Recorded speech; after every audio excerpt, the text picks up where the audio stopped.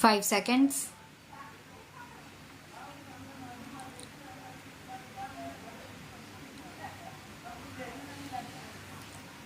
Sir, unless we produce a tax bill which is simple, which can be administered efficiently and effectively, I am afraid we are only creating more complications and opening avenues of corruption. I am sorry to say our legislations are always drafted in a manner which will give discretionary power to some people. I can submit a general argument that every discretionary power vested with any government official is always used in favor of the influential and the rich. Poor men will not be able to reach that official. So, there should be a law which gives minimum discretion to officials. Professor Kaldor himself says that the three prime considerations that should be taken into account in framing an effective tax system are equity, economic effects, and administrative efficiency. But our present taxation system is neither equitable nor administratively efficient, and the economic effects are disastrous for all to see. My humble submission is that even at this stage, the Direct Taxes Amendment Bill should be kept in abeyance and a select committee should be formed by a motion from the Finance Minister himself. Nothing would be lost, I can assure you. There is no hurry. Only people in a hurry will be those in the department who want to push it in a hurry because of various provisions in the bill about which I need not say anything. My humble request is that if we want to rationalize the tax system, the Direct Amendment Bill needs to be redrafted. Sir, on the corporation tax, we had great hopes that the tax will be more effectively collected. But what do we find now?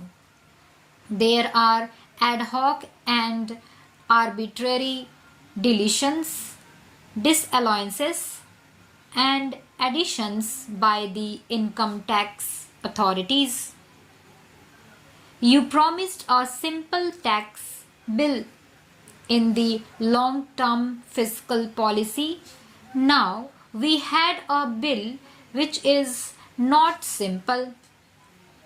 Again, we are told now that this bill will be amended. We find that arbitrary disallowances in corporation tax will only lead to more tax evasion and nothing else. Business will go on as it is. Business has go on as usual in this country for the last 50 years. If the aim of the government is to bring about more morality, better tax returns and simpler collection of tax, this is not the way to do it. What we need is a realistic look to whole gamut of company taxation in our country. Sir, I would like to prefer to what Professor Kaldor has said in relation to company taxation. He has said that in company taxation, the general rule for allowances should be what is spent wholly for making profit during the year. Sir, even when the income tax officer agrees that the money has been genuinely spent, he says that he will not allow it. This kind of a provision will only lead to cheating. What I am trying to point out is that it will not work. Why do we make such laws which we all know cannot be implemented? Professor Kaldor said, I am strongly of the view that the developments of the last 15-20 years, which imposed fantastically high marginal rates of tax while permitting the continuance of wide loopholes for tax avoidance, are highly pernicious in character. As Henry Simons said before the war, that the whole procedure smacks of a subtle kind of moral and intellectual dishonesty. One senses here a grand scheme of deception whereby enormous surtaxes are voted in exchange for promises that they will not be made effective. Thus, the politicians may point out with pride to the rates while quietly reminding their wealthy constituents of the loopholes. This is Professor Kaldor's comment in 1956, when the general standard of morality was much higher than today.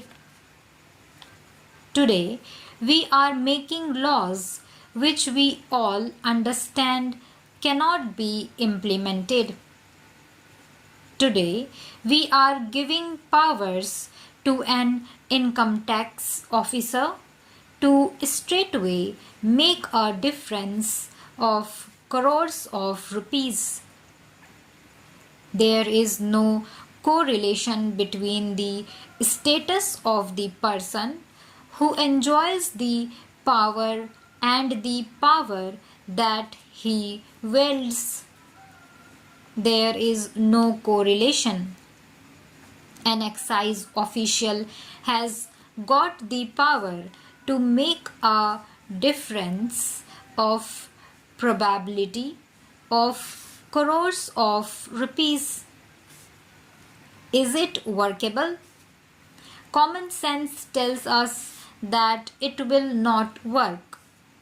My humble submission to the Honorable Minister is that rationalization of tax structure should be done in such a manner that takes into account all these things.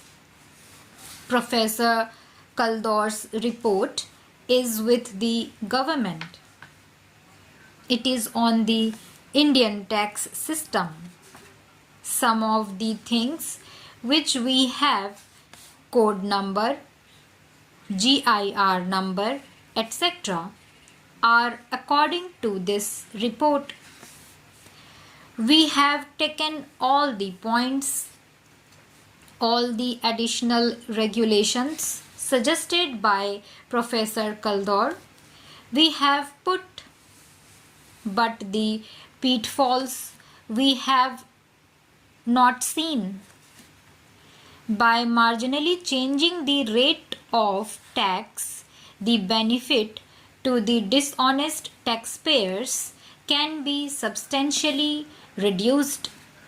We can get more honest taxpayers.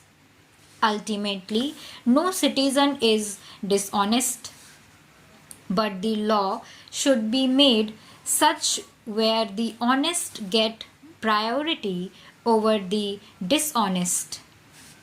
The law is made where it is easier to pay taxes to treasury. Stop.